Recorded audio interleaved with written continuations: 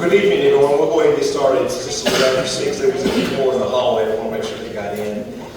Good evening, everyone. Glad y'all could make it to our 2026 annual meeting of the Springfield Subdivision. I want to thank all of y'all for coming out and taking your time to participate and being part of our community, because it's important to all of us. And to stay involved means you have to come and be a part of it. And we thank you for that. Serving on the HOA board is a voluntary role. And I want to thank our board members for the time and effort they go throughout the year to make things happen and talk and try to get together and to improve our community. And I want to recognize those at this time. Brandy Lassiter, she's right here in front. She's our public relations. We got Judy Smith, our secretary.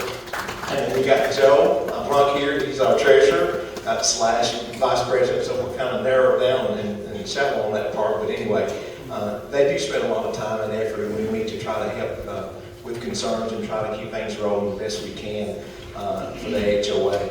Tonight our goal is to briefly review the past year, provide a financial update, and discuss some important items for the coming year, and address a few business related to our HOA.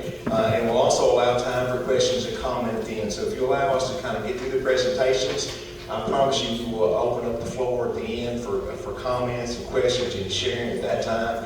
And we'll take notes and try to do the best we can to do that. We want this meeting to truly be productive and respectful of everyone's time, because I appreciate you coming. You know, Thursday night, you guys are tired of getting off work or going to work maybe, and you're just taking this time to come and be with us and share with us. So we want to be respectful of that and go through the agenda items, and then we will open up the floor for discussion on anything. Our shared goal is to keep the Springfield a safe, well-maintained subdivision and welcoming for all our residents. So that's why we're trying to conduct this meeting tonight. We do have a special guest, and I say special, but he is our magistrate, Rick Williams. We want him to speak briefly as our magistrate to give us any kind of updates or things that have been going on. Of course, you've seen some of the improvements that have been done in the neighborhood, and that's a lot contributed to what Rick Williams and the magistrate team and the judge executive has done collaboratively to make it happen. And so we want to talk to him just a few minutes or let him come up and speak. He has an engagement after our meeting, so he has to kind of get out of here. We want to kind of put him up front. So that being said, Rick, if you don't mind, go ahead and stand up and then share with us. Everyone give Rick a hand.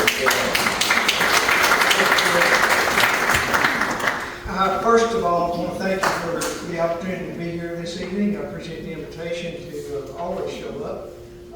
I apologize for not being able to stick around for a lot of questions and things afterwards, but I will tell you that I'm always available for questions if you have them. My email address and cell phone number are both published on the county's website. That's warrencountyky.gov. You can look that up. I'll also leave a few cards out here on the table that have my email address on them and my cell phone. Feel free to call me with any specific questions that you have. We have representatives here from the Warren County Sheriff's Department. I think some of the questions that you probably will have should be directed to them, and they'll be able to answer those particular questions for you this evening. Also, Joe Blunt may be able to answer some things about streets and roads in my absence.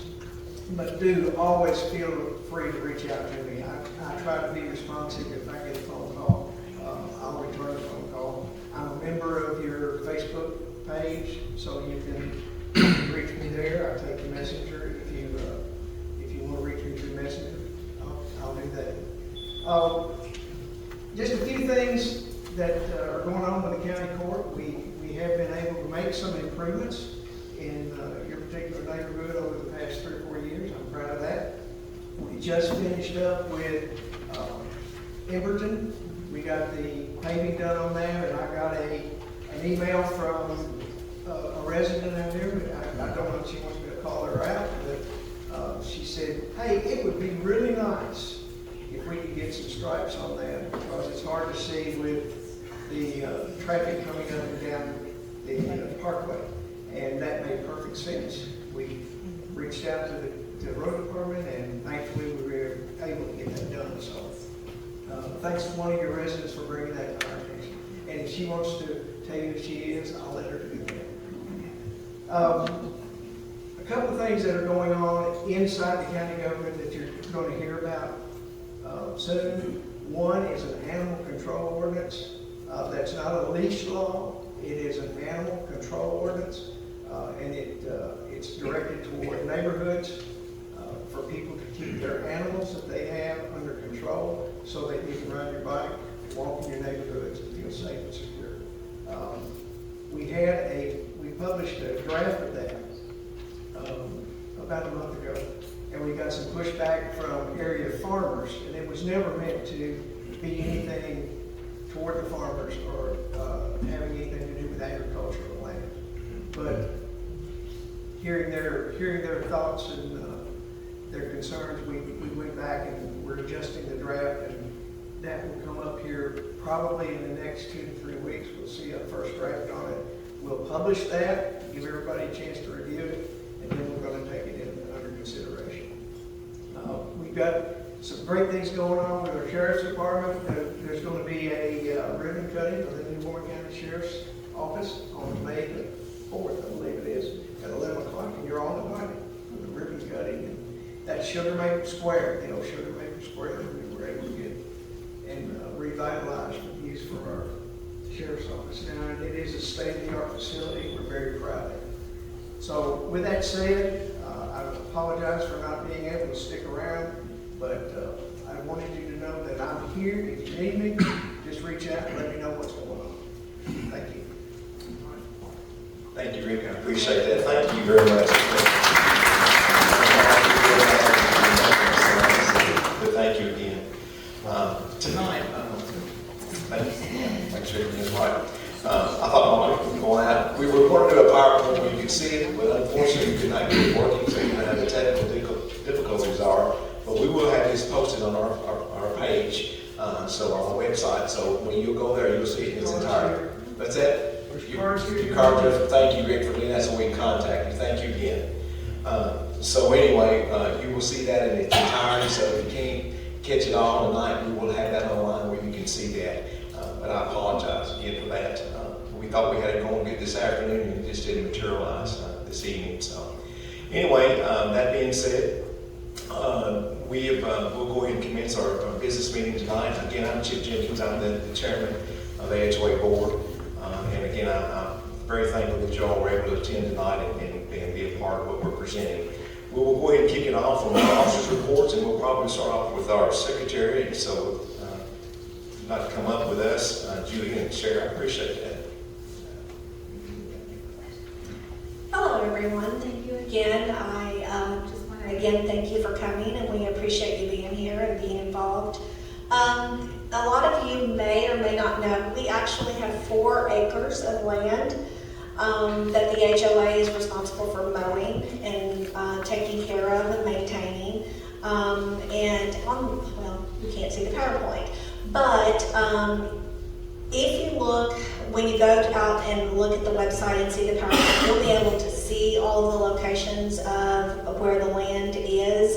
And we actually have an acre, actually 2 acres of land in one area, one big area that we are responsible for taking care of. And we've actually talked about doing different things with that land, possibly a park or other things. But that's just an idea. The annual dues are requested by May 1st. You are able to pay your dues here tonight if you would like. Late fees will not be assessed until after May 24th. So you do have a little bit of time. Letters were mailed, and I'm assuming that's why you're here tonight. You received the letter and you knew about this meeting. Letters were mailed on April the 11th, and the cost is $100 a household.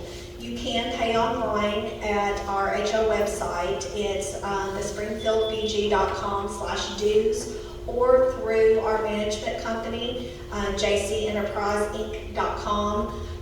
You can pay online with a credit card, or you can pay with a check tonight here, or mail in a check if you would rather. Kentucky requires all HOA management companies to have a Kentucky address, and so since our HOA management company is a gentleman out of Tennessee, we use ELPO, which is a local law firm, for that address, and that is who actually represents our HOA. ELPO has started the process of sending out notices for back due HOA dues, as well as they have also started the process of liens on homes for those who were delinquent on their HOA dues. We did have 161 delinquencies, so we did have to start the collection process with putting liens on homes, and there were some that have already been done. Delinquent funds currently stand at $37,542.19. Now that number includes late fees, postage, collection fees, and legal fees. And we have spent $4,960 on legal fees. The HO board officially selected Sykes Blades for our 26 mowing season. Brad Sykes previously held the contract with our subdivision and did a wonderful job. We went with somebody last year who was a little bit less money and gave us more services, but we just were not happy with his services, and so we went back, and Brock became, he gave us a quote this year that was very competitive, and actually offered to do some of those services as well. So we I hope you have noticed we have already started mowing. And again, as you're going through the neighborhood, keep in mind it's not just the circle. There's a little median areas, and then we also have that 2-acre huge plot of land that we are responsible for.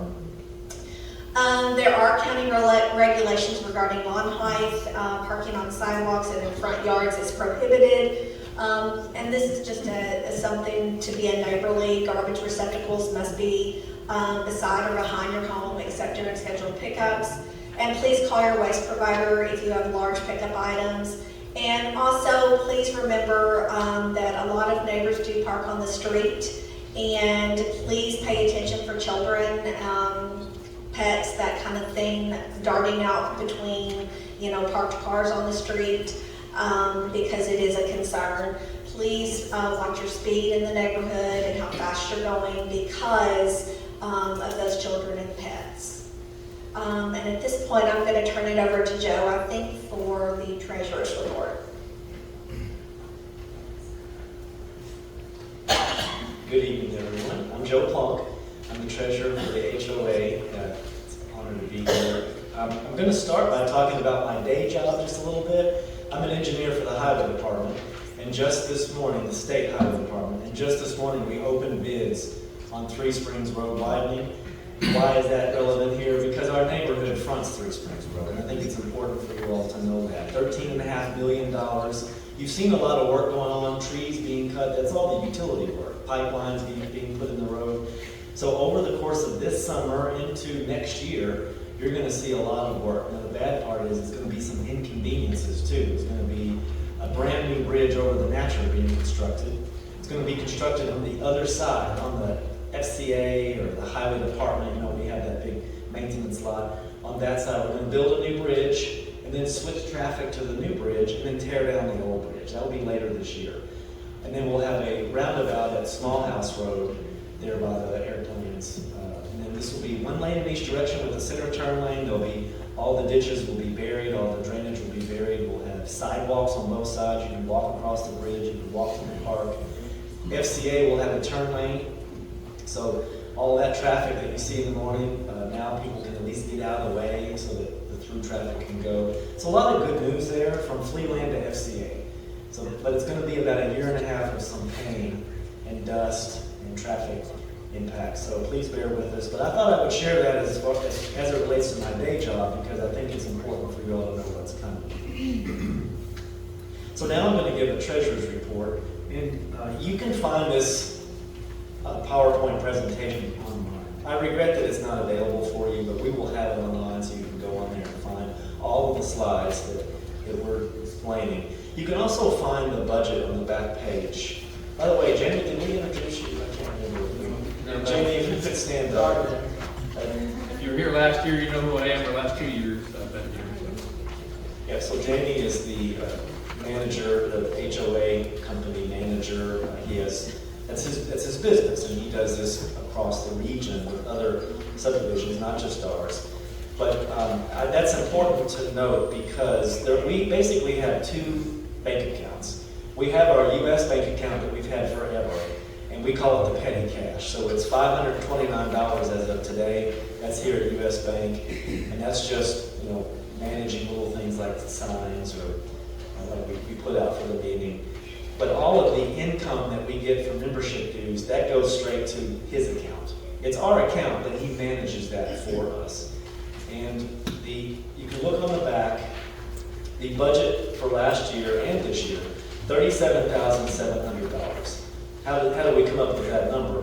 There are 377 properties in the HOA times $100 fee per year, so that's $37,700. And then from that, you can see below, in the tables below, all of the expenses, so the things that we expect to have to pay. So about $13,500 of that goes to, he doesn't do this for free, so this is for him to do all the sending the letters and helping us with any legal issues. He's not an attorney, but as far as helping us work through some of those things that he sees other HOAs dealing with. So a big portion of that off the top is really just him helping us with managing, getting the fee, getting the funds, and then handling the accounting.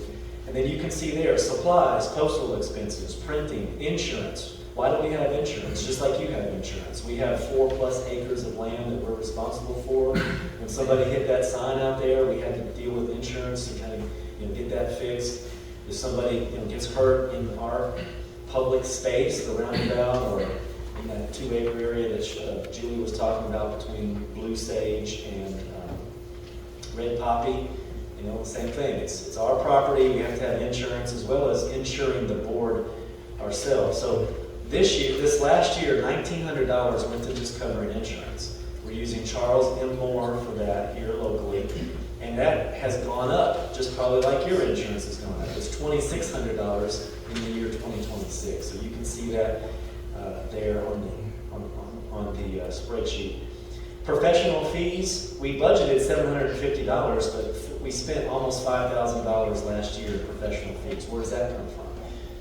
That mostly comes from filing liens. Because it's not free to go to the courthouse and start that process of filing liens.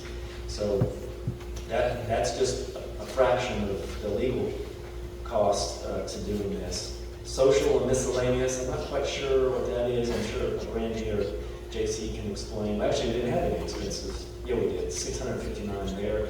The tax estimate, we spent $31 for our property tax, just like you pay property tax. We have to pay property tax for the 4 acres. Lawn care, we set aside $6,500 for that. We spent $5,000. We're expecting to spend a little bit more, just like everything goes up year by year. So we've set aside that. Miscellaneous maintenance. I wanted to mention, and if I can show you the pictures, you'll see it if you go online. If you go to the roundabout, and come with me someday, text me and we'll walk out there together. You see where a couple of those head walls are starting to fall off the pipe. You see where there's erosion around the head walls. There's actually a big sinkhole in the middle. That's why it doesn't hold water. At some point, we're probably going to have to deal with that, and that's going to be thousands of dollars. It's the main reason why an HOA exists.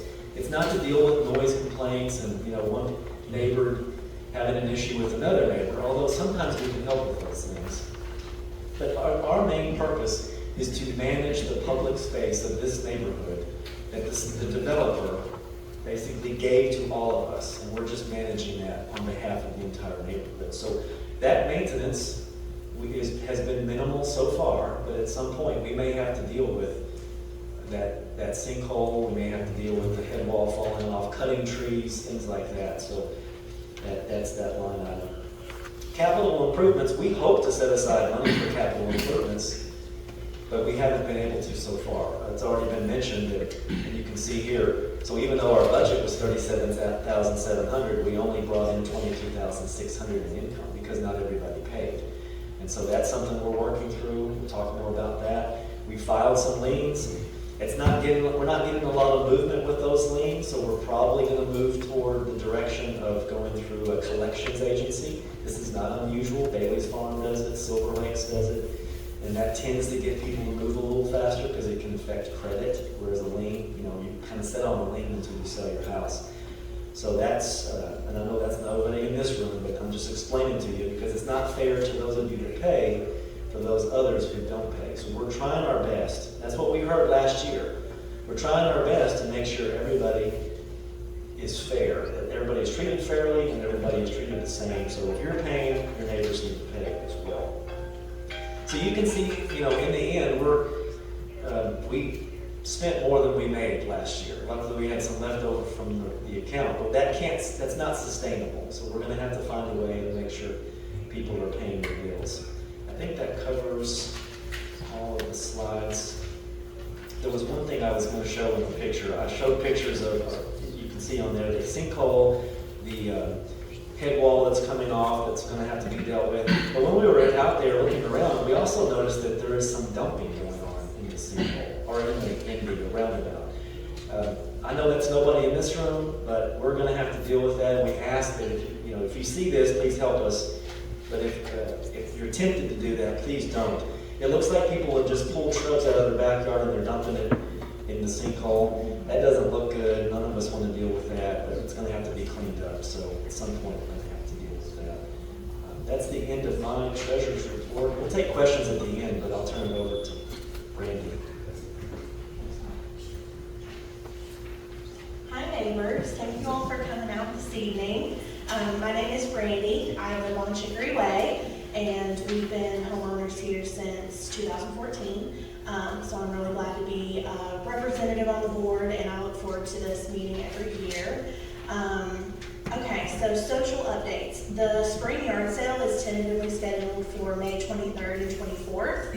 Of course, there's no rule against anyone ever having a yard sale, but we love to do the neighborhood-wide yard sale because it draws a lot more folks, and it's just a good way for us all to, be out and say hi to our neighbors during that weekend. We also are going to have a fall yard sale, so watch out for, I'll probably put a poll again on Facebook of a good weekend to have that, and we can vote and decide, and that'll be announced. We love to invite food trucks to our neighborhood. Specifics are usually sent out via social media when we have a food truck who's interested.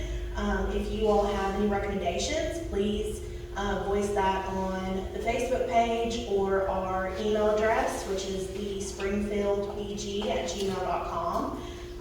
I'll try my best to reach out on my own to some food trucks that I know, but my knowledge of that is limited. So if anybody here has a connection or a suggestion for a food truck that might set up in the neighborhood, that would be awesome. Please be aware that negative postings on social media reflect poorly on our neighborhood. That is something that also comes up when we do have to shop for new insurance. Sometimes they do check those types of things, so we want to make sure that our social media stays informative and not, troublesome. And overall, please be courteous and respectful to your neighbors. Don't post anybody's address or pictures of kids that aren't yours, etc. So disappointed. I worked so hard on this slide, and now you aren't going to get to see it. But I do want to invite everybody to our Facebook page. It's the Springfield Subdivision Homeowners Association. And it has a pretty green banner with flowers that matches our homepage. So far we have 454 members, give or take. I think I approved 2 membership requests today. So just shy of 500 members. Some people that are members may have moved off. I don't really police that. But I do want all of our neighbors to be part of it because it's the best way to have group conversations. So if you are a member, feel free to use the invite button that's at the top and invite neighbors that you know that do not participate with the Facebook page. And if you don't, or you're just like, oh, didn't know we had one. Well, we do, and I would love to have all of you all as members. We do like ask a few questions so that we make sure that people that are in there are really neighbors, but nobody gets like rejected. They're not like, you know, personality-based questions or anything. Everybody's welcome. We do have a lot of scammers. We actually, yeah, they try to infiltrate and get insider information, like we're really something to infiltrate. But anyway, that's all I have, Jim. Back to you. Thank you, Brandy. I appreciate that. She does have a pretty slide. I mean, that the webpage looks really great. So thank you for that. A lot of effort. I think we have one of the nicer web pages in any other subdivisions right out of Kent. I looked at theirs and it was kind of bland and plain, but it looks great. So thank you for that. Finishing up, since we've had all our reports from our officers again, I just want to kind of recap before we go to the next item of business on the floor is the extreme need that we do try to listen to what you tell us. And to run this HOA takes the revenues, the dues from everybody in the subdivision. And the issues we have is not getting enough in. So we did acquire an attorney who advised us on what to do, and we did it in steps, incrementally, to try to head this on. And we took on so many off the list to spend money on, because you know, I know, y'all know, legal can get expensive. And I hate for putting, you know, good money after bad, but we had to do that to get things rolling, to tell everybody, look, we're serious about you paying your dues. It's $100 a year. And we're not going to go back 10 years or 20 years, but just pay right now and keep it up current. So we went ahead and did the liens on this first part of it to get that going. Well, out of the liens, in perpetuity, we can do a lien. We'll eventually, the HOA, us neighbors, we'll get that money back. And we'll get it with penalties on top of that, because they're assessing it in rollings. $100 ends up being $500, and the longer they wait, it could be a lot of money. And technically, in layman terms, we could file liens on that and force them to sell their property to collect. But we're not into that kind of business. I want to take care of our homes. I want to take care of my home and preserve yours and make our community a nice place to live. So we're not going to take that tactic. But again, our attorney said, look, I don't mind helping you all, but that money just kind of sits there, because when somebody pays, we pay it off, put it in the treasurer's account, and we take that over and roll over and go after anybody else that needs to have a lien file to get them to pay. But if they sit there, they can sit there for, like I said, 5 years, 10 years, I don't know. They may live 30 years there, and we would never collect until they sell that property. So the next thought process, and we discussed it thoroughly, and as Joe alluded to and talked with other neighborhoods, it seems like credit agencies is the way to go. I don't want to, but if you're not going to pay, then we're going to turn it over to the collection agency, and they'll put their fees and dues on top of that. But they'll go after you a lot more than we do, because we're your neighbors, we're working, we're not in this to hassle you and go after you. But the credit agency will go after you, and then they can do things to your credit. See, if you just have a lien set, nothing happens to your credit, it just sits there. I'm just being honest with you, that's just how it works. But if a credit agency goes after you, it can hurt your score. If you're not paying, they're going to go after you. And I don't know how else to do it. We've discussed trying to do logical ways to do it. That's the only way we know in the next step to try to get everybody to pay their dues. And I know things have happened, and I'm telling you, I'm not here to be heartless. If somebody's in this community that's hurting or dealing with cancer or whatever's going on, if they come to the board, we're going to listen and we're going to be generous and patient. We're not here to just pull every dime out of you. If there's a reason, let us know. If there's not a reason, then please pay and be a part of the community that you're enjoying all the fruits that we're trying to do and do that. So I just kind of want to throw that out there. That's the process that we're trying to do.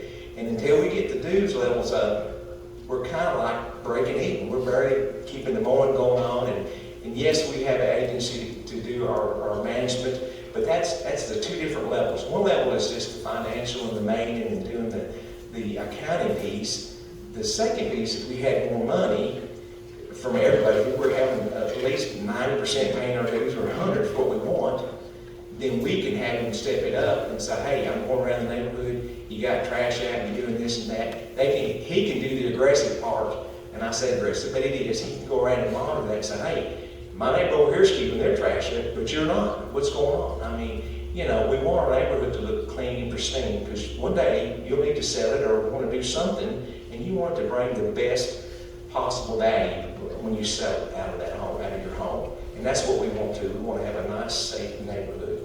So I just kind of wanted to explain what we've been dealing with in the back. Yeah, we're not just sitting doing nothing. I know some of well, you're not doing anything, but we're trying to maintain the 4 acres we've got, and other things, when we get calls, we're trying to do the best we can. But again, we're limited on what we can do until we get that revenue up and get everybody paying. And that's what we wanted to do. So I wanted to share that with you before I go over the next item of business. And then I'll open up the floor, I promise you, on that part, and keep us as brief as I think we can. The next one is is for nominations from the floor. We have a board. Typically, we like to have 5 members, and we want to rotate people. We want to have every member serve 3 years, if possible, maximum. Well, Julie's been on for 5 years, 6? Yeah, okay. Yeah, okay, 7, yeah, going on 7 years. Same for me, but we want to rotate people in where we rotate 2 at a time so we can mentor and people coming into the board can get used to what's going on and how it works and what we're dealing with, and kind of not just bring them into a mess, just say, hey, we want you to come in and learn the ropes and do that. So we want to open the floor tonight. If there's somebody that's wanting to do this, Julie's been our treasurer, like she's been faithful, but she has other obligations and things going on, so she is rolling off this year. And we would do like to have another board member to come on. So we're kind of opening the floor for 2 nominations tonight. And if someone is here would like to volunteer to be on the board, I say it's not paying you, it's a volunteer, but if you want to volunteer, please speak up tonight. And we'll just do a quick vote on it. I promise you won't get voted out. I'm not going to vote against you, I'll tell you that right now. But is there someone that would be interested to serve on the board? It's a 3-year term, should be. And we do have the management firm that helps us do that. Because in the beginning, we didn't have the money to afford a management firm. So the people that worked hard on this board have done the best they can to generate the revenues and try to be good stewards of the money that you've entrusted us to do. So that being said, that helps us out a whole lot, because it takes a lot to mail and do this and kind of run things down. But again, we don't mind doing it, but we're not spring chickens either. We're like, except for Brandon, yeah, she's a spring chicken, but Joe and Julie, I shouldn't say that. You're still a young chicken, so I won't say anything. But anyway, yes, ma'am. I'll volunteer. Awesome.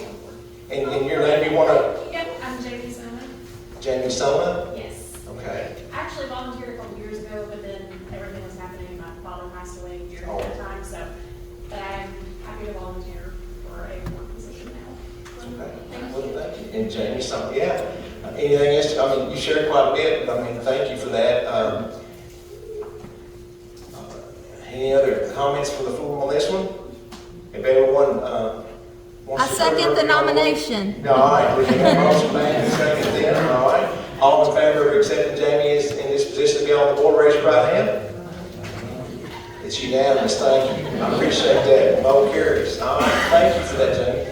Is there anyone else from the floor, though? We really need 2 people. Yes, ma'am. I'll volunteer. Okay, your name? Bailey. Bailey? Okay. Fitzgerald. Bailey Cheryl? Fitzgerald. Fitzgerald, I'm sorry, Miss Fitzgerald. Fitzgerald, thank you. That is awesome. Okay, is there a motion that we accept her nomination? All right, Second nomination. Second. All in favor, raise your right hand. All opposed, raise your right hand. Unanimous. Thank you. I'm telling you, I appreciate that. And we'll get you the information from you all before you leave tonight, and we'll get it tied in the roles and what we want to do. I promise we'll be gentle with you.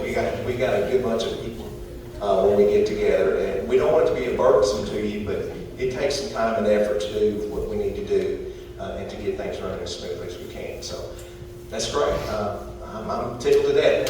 Thank you very much. That's an awesome relief that you volunteer. And if there's more than one small member, we can add more too. I mean, if you just want to be on the board too, just to sit in the meetings and help, we're open to that. So I'm not trying to cut anyone off, but anyone else?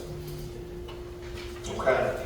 Now, if I missed over anything, we'll open the floor for some discussion. If there's certain things that you need us to do as a board that you want to talk privately, come to us, come to Jamie. We'll take notes. We'll try to work on any kind of issues you have. But if something that you want to share publicly, please let me know, and I'll share the mic that you have the floor. So Is there anyone that wants to speak? Yes, ma'am. Do you need a mic? I probably not, I'm pretty big right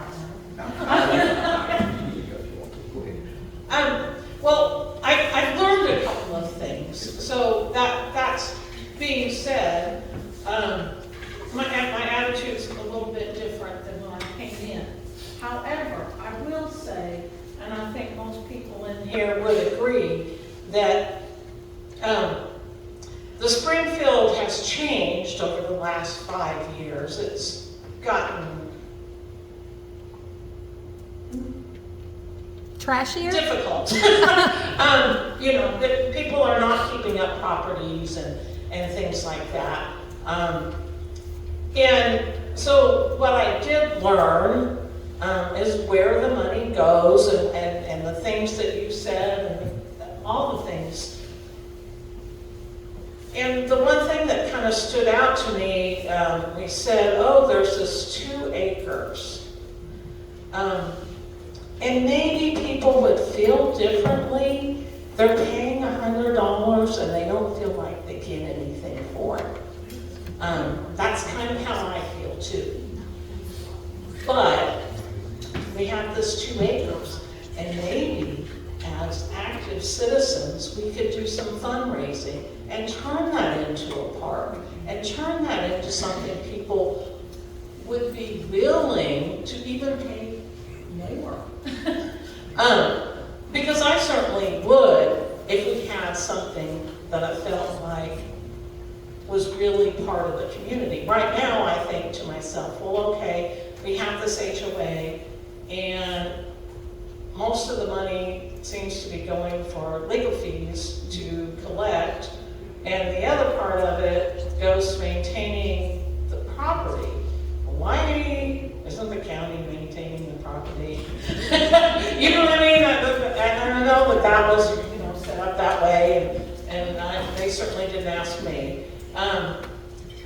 So maybe we need to approach it in a different way and do some fundraising and do some, hey, you know, get those food trucks out there. You know, make a lot from them, at least I haven't, but, you know, I don't know what, you know, the brainstorming of making that more than a pipe dream would give the community a sense of, we belong here, and this is ours, and this is a benefit to us. Because I don't think people see it as the HOA is not a benefit. We're paying to keep out property that nobody's enjoying. Very good comment, and I appreciate that, and we have talked about things, in theory, if everyone would pay, we would have a surplus of money, which we're not in the business of sitting on money. But we could have $15,000, $20,000 to start putting in something like a pavilion, you know, playground equipment. I've seen other subdivisions happen when they started on the front end, but they had it up. And that's what we want to try to do. It is a vision, but we may have to think outside the box, like you said, for fundraisers. Because I don't want to do a special assessment. A special assessment is on a project, say something like the sinkhole, something that needs repairing or something beyond our means. We do a special assessment. That's more money on the rest. But if we could do fundraisers or something like that, I'm all for that. I promise you. I've seen some subdivisions. I was in one the other day. They celebrated Easter. Now, there's a little different subdivision. They had a DJ, but they had people paying too. Like, man, a DJ. They had a petting zoo. But that being said, they brought the community together, and that's what we're in it for. It's a community, and we got the acres to do it. Doing that. Yeah. Yes. You know what I'm saying? You could have Yeah. charged a little fee for that kind of thing, made some money, and the beginnings of a park could take place. And I don't care to help out, and I don't want to sit on the board. I'm on enough.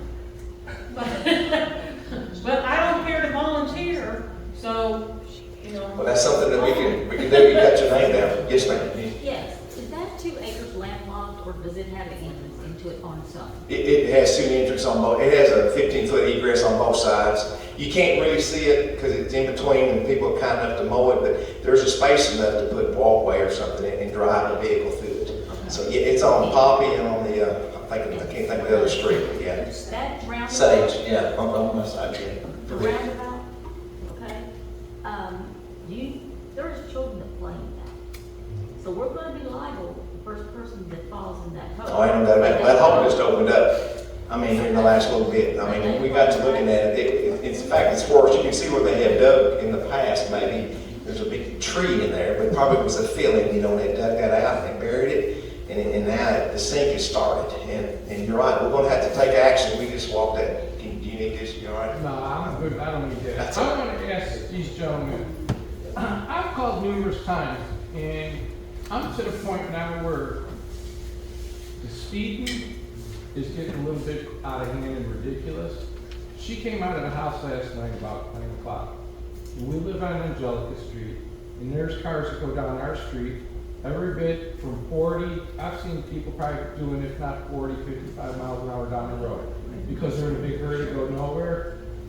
My thing is, what's it gonna take? A kid to get run over and killed? Someone's dog get killed? I'm probably not gonna call you guys. I'm gonna not be too happy and I'm gonna go pay a visit. I understand. So, all neighborhoods in Warren County do receive speeding complaints for most neighborhoods in the county. And I know it's Fayette County. Yeah. Let me just stand up. I may be up here a minute. And we appreciate you coming, that's why we want the sheriff's department here, because it affects everyone. So I'm Captain Kitchens, I'm the operations commander for the sheriff's office. I'm in charge of patrol, CID, and animal control. So the sheriff was invited, unfortunately at the Lincoln Day dinner, which is why Rick had to jet out of here, so he couldn't make it. So as far as your speeding complaints concerned, so we have a couple of different things that we can do. Number one, we have a traffic enforcement deputy. That's all that he does, is he goes around and enforces traffic. So when a speeding complaint comes in, it gets added to a sheet. We have 3 speed trailers in the county that we rotate. I've had it in my yard twice. Yeah. So unfortunately, the thing is, like right now, starting all the way, how many deputies do you have? Right now we have 7. So there's 7 deputies out for the entire county. That's 500 square miles. That's quite a big area to cover. So I'm not saying that this issue is not important at all, okay? But I am telling you what we kind of do in the meantime. So you guys will call us about a speeding complaint, and also just to let you know, for those that don't know me, I also live in a neighborhood. So, so when we get a speeding complaint, we'll take that complaint down and we'll rotate our speed trailers to that location, which is generally followed by traffic enforcement. We will usually add it to an extra patrol list, which is around 2 weeks. We'll have a deputy coming through if it's a specific time frame, 3rd shift, 1st shift, 2nd shift. We'll have a deputy come through, but as soon as that time's over, usually they're going to the next thing because we've got a whole list. So I know some of you are talking, well, why don't we do speed bumps? Because that usually comes up. We go to HOA meetings all over the county. I've been to Northridge. We go to all of them. So speed bumps, the problem with speed bumps is, yeah, it can slow people down, but the problem is emergency services. If you need an ambulance, you need a fire truck, and we've already got everyone parking on the street where it's kind of tight, so that makes it very difficult. And a lot of the communities that did install speed bumps are in the process of removing those, and I think you can attest to that. So, if you guys have a specific issue, what really helps us in these situations is if you have a specific issue, it is a red Chevy truck and here's the license plate, I have no problem going to the house and talking to the person and addressing it with that person and my deputies. Go ahead, sir. Well, the car went down our road last night. I went and got his license plate. Okay. We'll take it from you and we'll talk to him. So that's what helps us out a lot. And I'll just be honest with you too. My bell box was taken out and the driver didn't stop last year. I live on Chicory. So thankfully my neighbor had cameras. I didn't, or mine weren't working. So I tracked them down and I got my bell box fixed. So if something happens in this neighborhood, I'm on your HOA group as well. So if something happens in this neighborhood, my information's out there. You just call us and we'll deal with and do what we can. I think it's because Angelica Street is like a major artery. Because people use that to cut through over on the Herman, Yeah. or you can go to Bailey's Farms, or Or- No, it's certainly not just that, because they fly down Wintercrest too. There's a radio Yeah. station everywhere. Yeah, and down Wintercrest, but on the side streets, it doesn't affect them because that's not, they're not, your roads are like, they're just cul-de-sacs. So they're not really affected. Well, some roads are used more often than others. Everybody going to work, coming to, not as much on the cul-de-sac sometimes, but, a lot of us here are working, so that's understandable that they're main roads, so.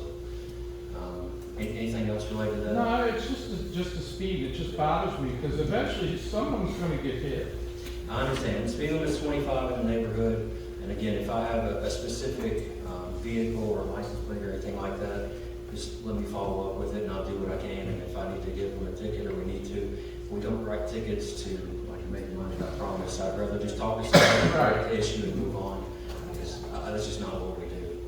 So. I was coming down Herman the other day and just so happened, I used it to come into our subdivision from work, and all of a sudden I see some legs underneath the car moving towards the road really fast, and I'm sort of watching to see what's fixing to run out in front of me, and I get closer to this driveway, and the mom's coming out, and there's probably not even a 2-year-old child already in the road going down the side of the road. So I'm just lucky, I was watching and I seen those legs. So I worry about that in our subdivision. No, it's definitely a concern, and I completely understand where you're coming from. We have pedestrians get hit and killed all over the county. Every year there's a pedestrian usually hit and killed. We have fatal accidents all over the county. So it's definitely a concern. So if you guys see something, just call us and we'll come out. Sometimes my deputies may be 2 minutes away, sometimes they may be 30, because sometimes it's just busy.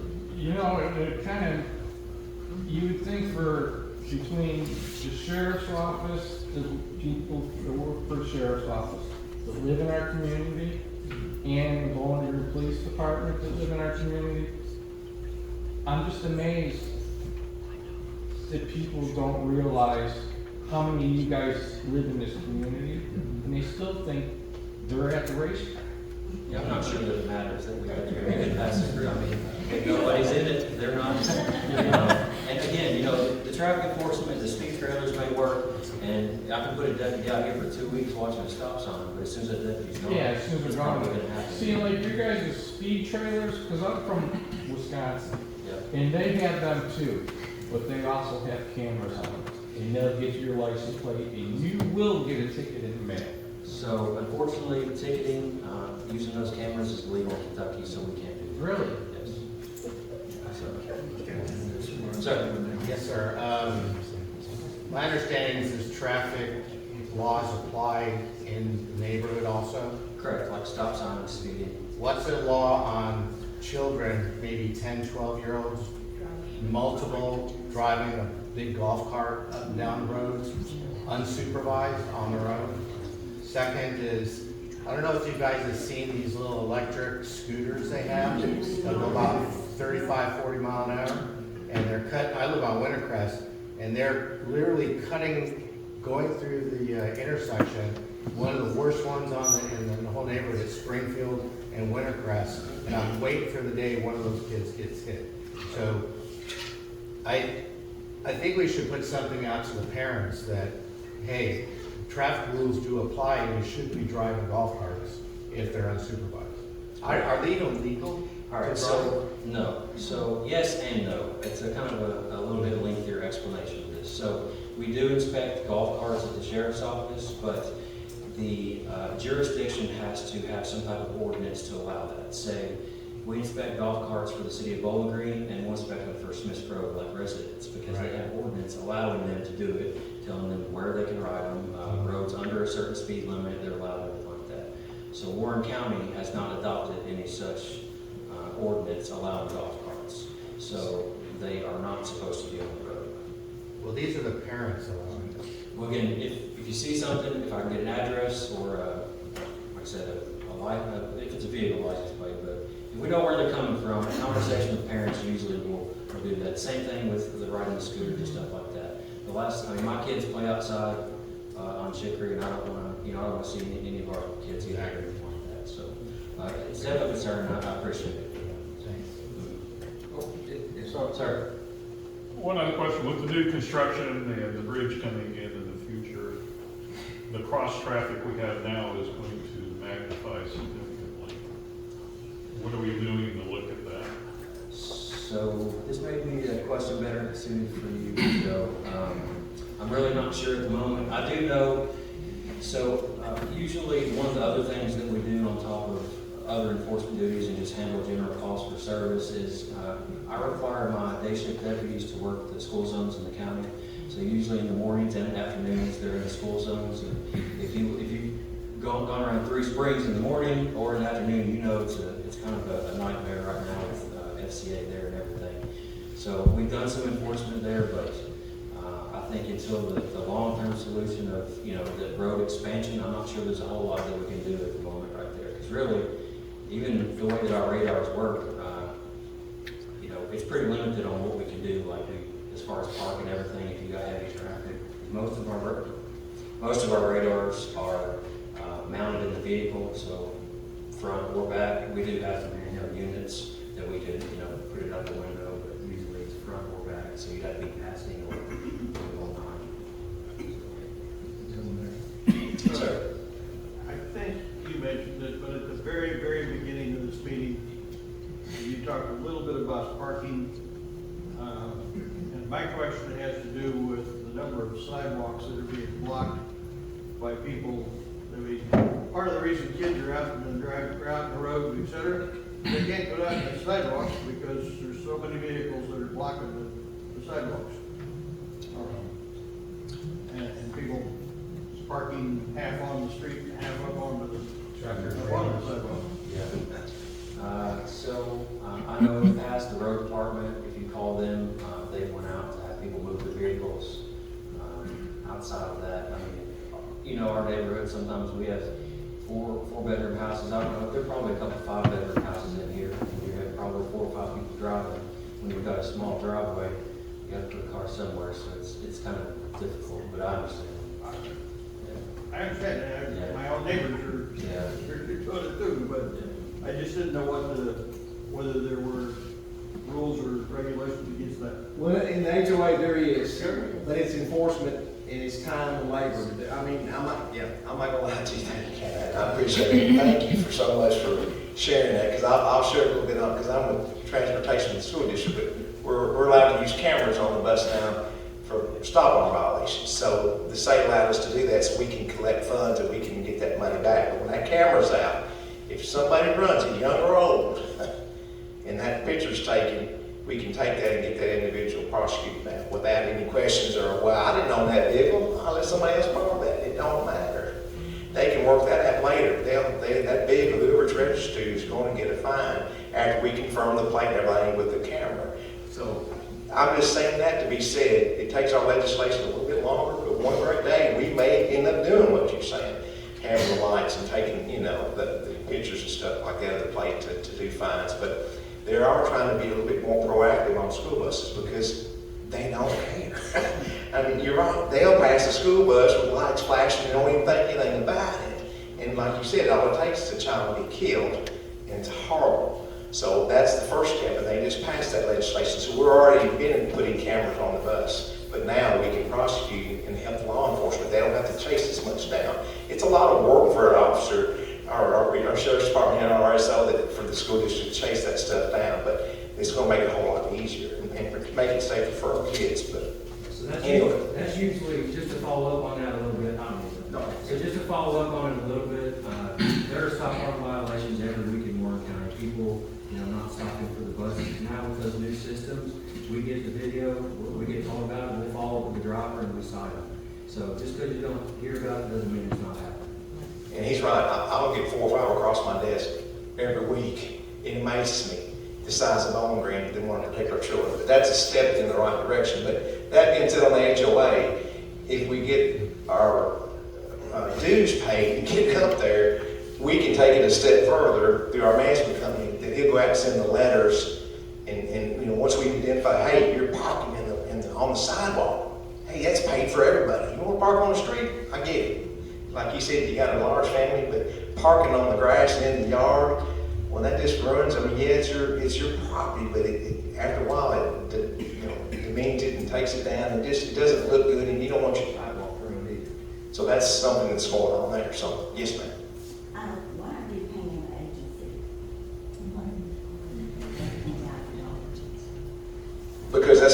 takes to do the paperwork and running and mailing and doing all that other stuff in the county, we don't have time to do that. They have to earn a living too, and we've shopped around, we couldn't get this to anybody. I understood that we're gonna do take care of the ones that weren't paying their dues, and now here, we're gonna get an attorney, a credit agency. Man, we know, yeah.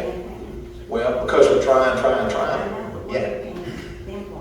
Because he's our liaison, he talks to the attorney, he helps get all that stuff to, I have a job just like him, and I mean, I do the best I can, but, yeah. We've been trying to do that, so he helps do that kind of legwork, and he can address that, but he chases down, talks to the attorney, and says, I've got a list here, he handles all that all the time. We've been trying to do it on our own for years, and it's hard, and we get tired, I mean, yeah. Huh? Well, some of it, but we're trying something legally, and when we try something that doesn't work, that doesn't mean I'm gonna, you know. Yeah, well, I don't know. Okay.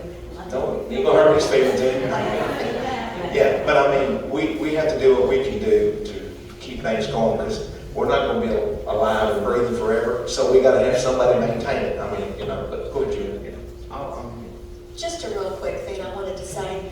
The first couple of years, what's going on with this mic? The first couple of years we did this, we started trying to send out mailers to people. We didn't even have money for postage and printing and things like that because people weren't paying. And so Chip, bless his heart, he offered to pay for the mailers out of his own pocket. When I say we didn't have the money, we didn't have money to even send invoices to people. We had to do little postcard mailers because people weren't paying. So we couldn't sustain that. We had to get a management company because we couldn't keep doing it all on our own. And one of the first years, they walked around the neighborhood and the entire 371 houses put little things on their door because there was no money. And so please understand that we didn't want to hire a management company, but we didn't have the ability or the time to continue doing it all on our own and paying for it all on our own.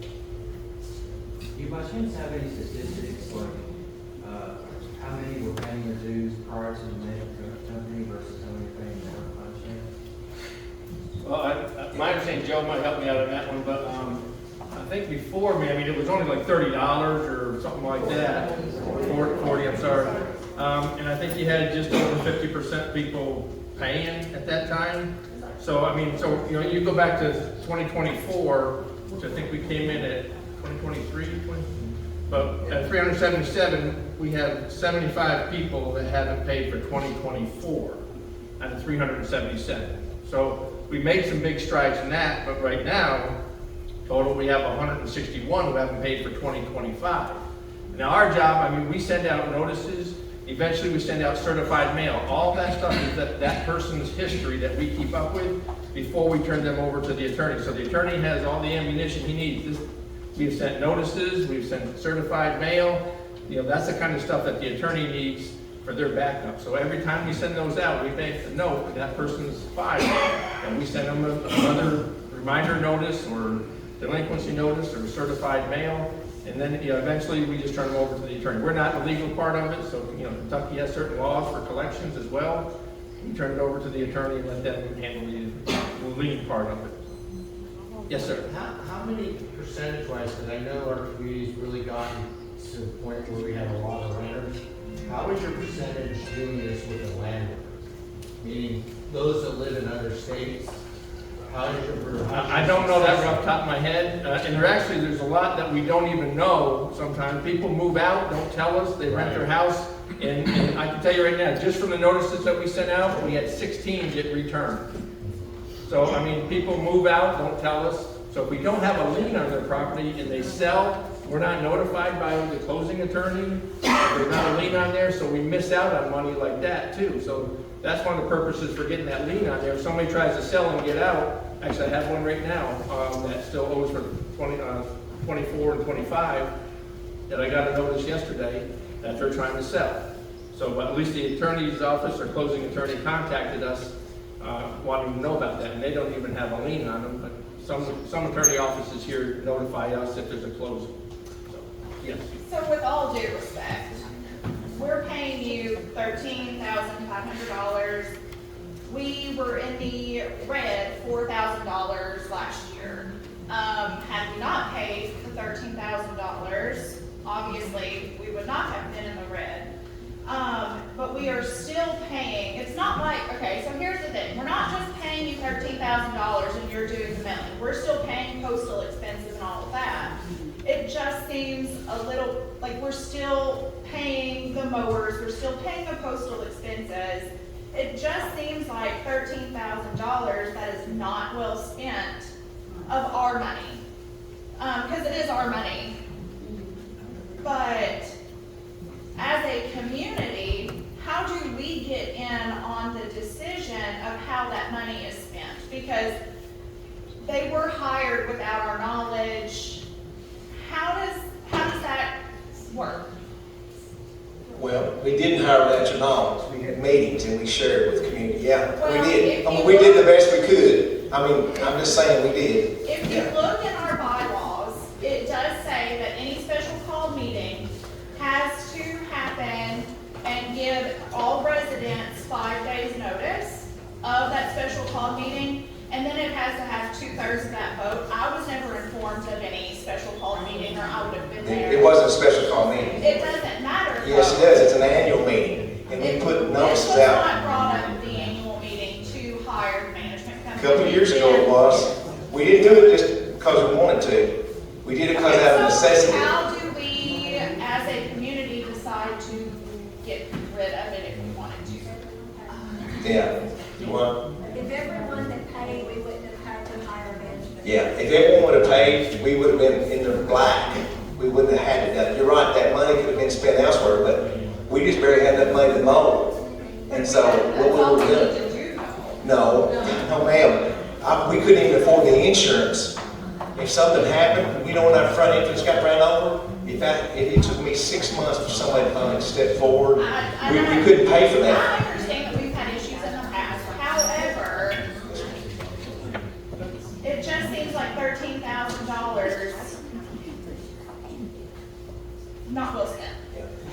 Well, point well taken. I'm not going to sit there. I'm not here to belittle. I'm not. I promise you. My name is Jill Stewart. I just want to tone it down a little bit. I've been around the neighborhood from the beginning, like the Jago area, and we were some of the people that helped start the HOA again. We weren't on the board. Everything that they're saying is absolutely true. Everybody volunteered for everything. It's totally normal to have a management company. It is totally normal. It is totally normal to pay dues and not get anything out of it but mowing. If you move to any other community, the dues are way more than $100. So as he said, $100 is not that much. And if we want to do something for our community, I don't know if you guys have done this, but I don't know if some of those people aren't paying because they don't understand it. So I was going to ask that, like, is there some kind of door-to-door kind of thing that we could maybe, like, if they need an interpreter, you know, I mean, we have a community of everybody. So before it gets to collections and stuff like that, I don't know if you guys have tried that, but that's just an idea. I'd be willing to go door to door and explain. Maybe they don't involve themselves in meetings or don't understand what the money's going for. That's just a suggestion. I know you don't have time, but I'm just saying if volunteers wanted to do something for your community, I think that would be good. Not ruining somebody's credit, you know. Because I don't want to do that either. Right, no, I know that. That's why if somebody does want to help your community, that's a good way to help, right? Yeah. Like we could go door to door if we wanted to and explain things. Okay, another thing, if, I didn't realize that he's from out of state and that we have to have somebody in state. There are other, if you're not, sorry, Jamie, I don't even know you. If you're not thrilled with Jamie's services, there are other options that we can go with. Like, I know somebody locally that manages properties or manages HOAs, and he's very small, and he lives in our same subdivision, kind of like down the road. And he's similar in price, I think, but he would just be here in here. I don't know what other services he does, but that might be an option also. But again, it's very, very normal. I just wanna lay that out, not that, No. like, everything he's saying is, like, we went to the city with you, we went to the county with you, we found out all the laws, we found out all the regular, you know, we did all of our homework, and everything that is happening now is completely normal, like all other HOAs, right? That's correct. They did the hard work. The city they have organizations that help their subdivisions, but the county does not. I know we're right on the line and the edge, you think we'd be part of the city, but we kind of not. And so that's kind of how that developed, so.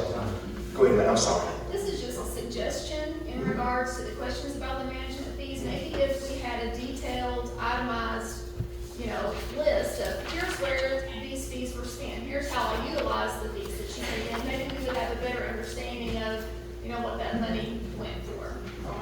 It's on our website. The itemized from the management fees? Yeah, when on the fees, it has it broken down. I think he's asking like overhead and employees that I pay and all that kind of stuff. Like the 13,104. Like I have my office, I have overhead, insurance, employees. I understand. I'm just saying for all the questions of where does this money go, maybe if we had an itemized breakdown of you gave me $13,000 to do this job, and here's how I spent that. I can't break it down. I got 28 HOAs, and I got, like I said, overhead. I got insurance. I mean, I can't say it's just so much of insurance. Just help clarify. Yeah, but we do have a spreadsheet on that, and like you said, on that part to do that. Go ahead, sir. How much longer can we anticipate the $100 before it increases? None. And I'm explaining this to you in theory. If everyone was to pay, we could even start reducing maybe. Because like I said, we're not here to sit on money. If everyone was to pay, we would be having $20,000 probably extra to do the parks and things, the projects that make our neighborhood pop. And once that happens and we get things built the way we want it, we don't have to keep stockpiling money. We can say, hey, we're going to go down to $75. Or I'm just saying, I'm being sincere. I don't want to pay any more than you do. I'm your neighbor. My money counts just as hard as yours. But I don't mind going the extra mile until we can get over this hump. Now, I can't tell you when it's going to happen. We thought it already would have happened, but our board members work hard, and we just seem like to hit obstacles, so we're open to trying that. I'm not saying we got to go this same path. If I hit a wall, that doesn't mean I'm throwing my hands up. I'll go around and see what direction we can go forward and check other things out. I'm not just saying we got to do this, but we are going to try certain things. And then if we have to change it, we'll bring it before the board, saying this is what we're going to do. I promise you, we're not just going to sit on top and do nothing. And try to be transparent. It's on the website. Everything we've ever done, Chaz said a bunch of it, we record it, it's on the website. Everything we're talking about tonight is on the website. I'm not going to keep anything from it. I don't have anything to benefit from it. How much longer can we keep operating at a deficit? Not long. That's why I'm talking about looking at a collection agency, because I don't know how else to try to do things. The attorney part is not working. I'm not going to sit in the attorney group and keep put good money after bad. Yeah, you got liens, and yes, you'll return it, and then some. You're going to get penalties and fees. You'll get more back, but it could be years, and that's tying up the capital that we could be using to mow and do other things. We can't keep doing that, so we have to think outside the box and go a different direction. So that's all I want to say on that. I'm not trying to. Yeah, so I'm new to the neighborhood, and January 31st, I tried every possibility of finding out who I paid dues to, what are the rules, and I got on the Facebook page pretty quick. Over let me know. Thank you for that. But I haven't got the invoice. You guys invoice to the address, or you invoice to the old note name? If we don't know, it goes to the address. This lady right here, she closed in 2024. We don't even know about her. I just went through the list. So my question is pretty simple. I don't have an invoice. I started to get information even trying to check somebody. Did anyone else in here get invoices? Nobody? I got mine.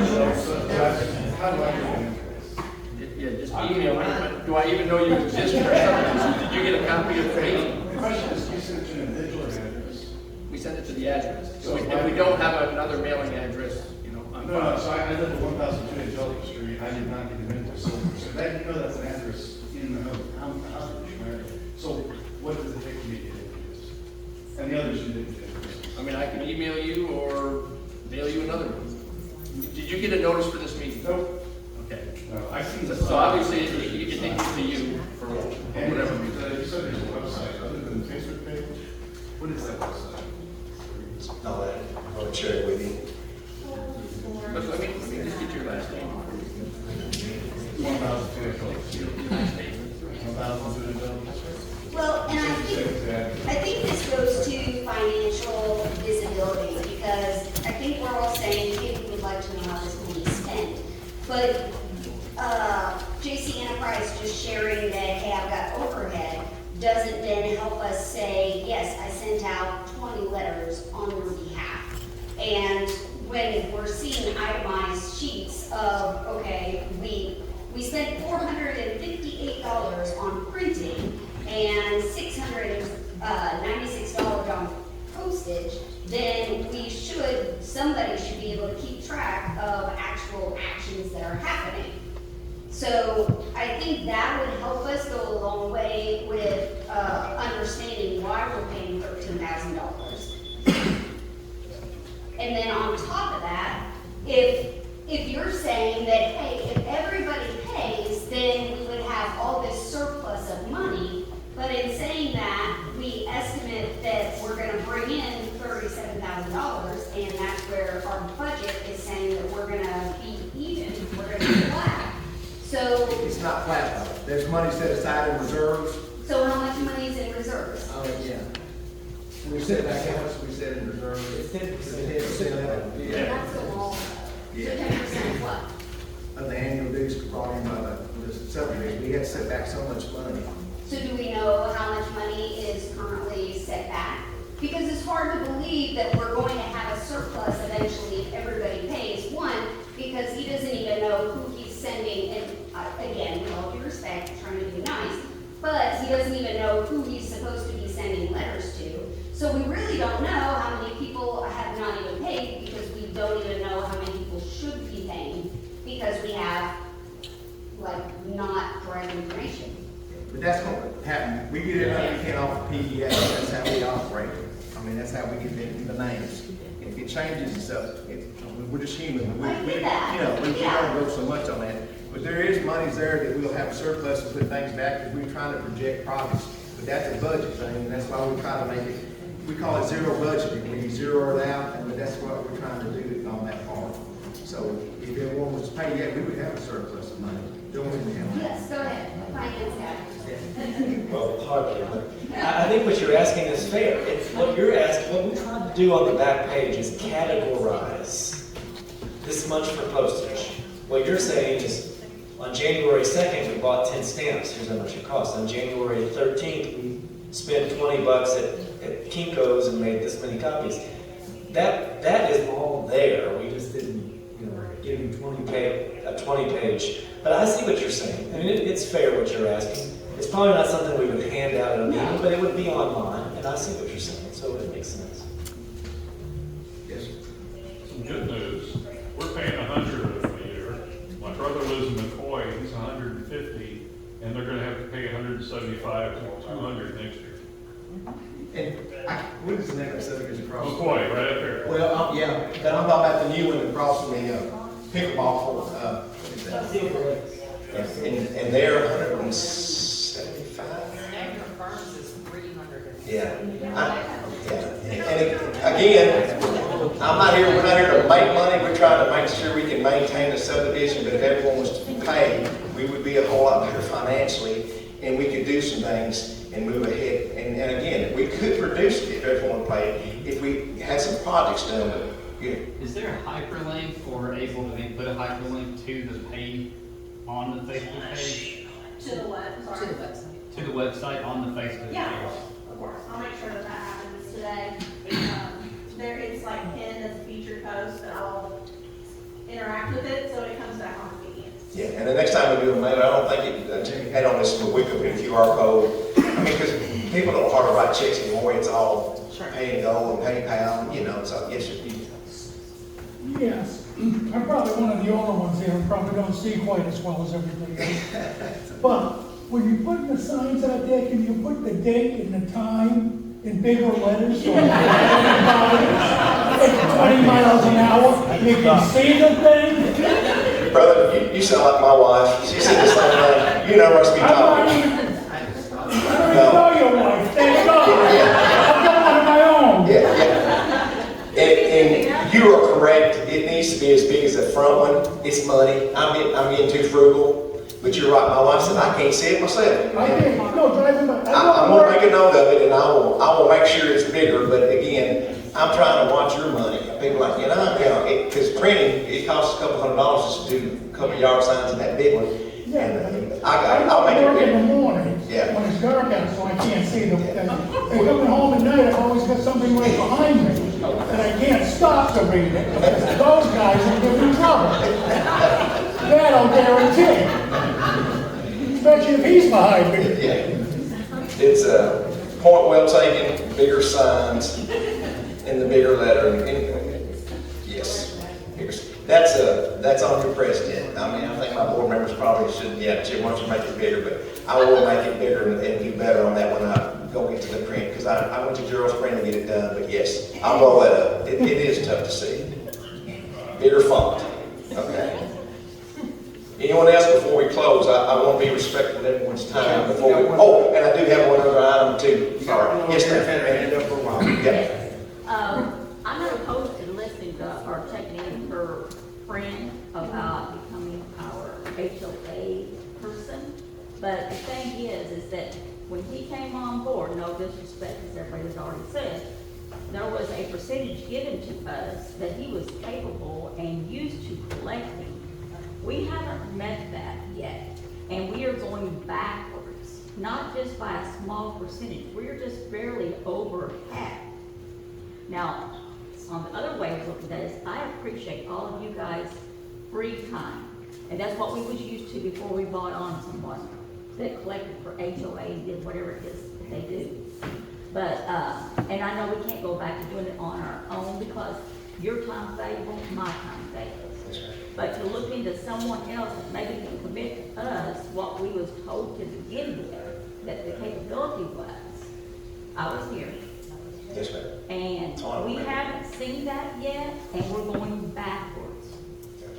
Very far backwards, just like this poor gentleman. He lives here, he has an address, if those was sent to the address, he would have received in the state. Or if it was somebody local, they would Yes, know ma'am. that somebody moved in. Well taken, and we're going to make notes on that, and we make sure that we address that and look at it, because the neighborhood has changed culturally. It's different. We're a diverse neighborhood. It's changed. I mean, not just our neighborhood, entire county. I'm with the school district, and it's phenomenal, the changes and the growth. And we have a lot of influx of different people from all over the country. I mean, I've got a Canadian driving for me, like, what? Where are you coming from? He moved to Bowling Green, driving a Canadian. I got an Australian. I love his accent. I said, what is an Aussie doing living in Bowling Green? Because we're a popular area. I mean, we are. We're growing, and things are going and happening, and new roads, joking and testing, and things are happening all over, but we have changed a lot. So there is some things going on, some things dynamically that it's tough to overcome, but we'll work on that and see what we can do. And we hear what you're saying tonight, I promise you, and we'll move forward. We're not here to disengage, disfrank anybody. We're here to listen on that part. So before I close it tonight, I have someone else that's a member of our community. I want to leave the floor open for him briefly. It's a Mr. Barry Brown, and I'll let him introduce himself. He is running for magistrate this fall. All right. Good evening, everyone, and hi, neighbors. Thank you for giving me a moment of your time. I'll keep this brief because I know we're all ready to go. Thank you also for the HO board for letting me speak tonight and introduce my campaign. So my name is Barry Brown, and I'm running to be your next Warren County Magistrate for District 3. My wife and I have called this community home for the last 12 years, and like you, I care deeply about this neighborhood, and I've definitely heard that tonight. I care also about the future of Warren County. Professionally, I've spent my career in purchasing and supply chain management, leading large and complex operations with annual spends up to $600 billion, and overseeing more than 50 people at a time. These roles require making tough decisions, managing resources responsibly, and delivering results. That experience directly relates to this role. When the fiscal court oversees departments like roads and infrastructure, emergency services, the sheriff's office, thank you, and planning and zoning, all while managing a budget approaching $100 million annually, especially with the recent increases in property taxes. Is everybody aware of that? Yes, sir. Yep, every year it is, right? I understand how to evaluate spending, improve efficiency, and make sure taxpayer dollars are used wisely, because that's how I've spent my entire career. I'm running because I believe in open, transparent government, and in making sure residents are informed not just once a year, but consistently. You deserve regular updates, clear communications, and a magistrate who is accessible and responsive. And just as important, I want to listen, just like I did tonight. Because this role is about representing your voice in the decisions that affect your daily lives. I'm offering you a choice. A highly qualified candidate with real-world experience who's ready to serve this community with a fresh and clear perspective. If you'd like to talk or share your thoughts, I truly welcome that. You can reach me at 270-438-6624. I handed out a bunch of cards. I'll put some more here, or just stop me after this meeting. I'm Barry Brown. I'm committed to service, accountable to you. Thank you for your time, and I appreciate your support.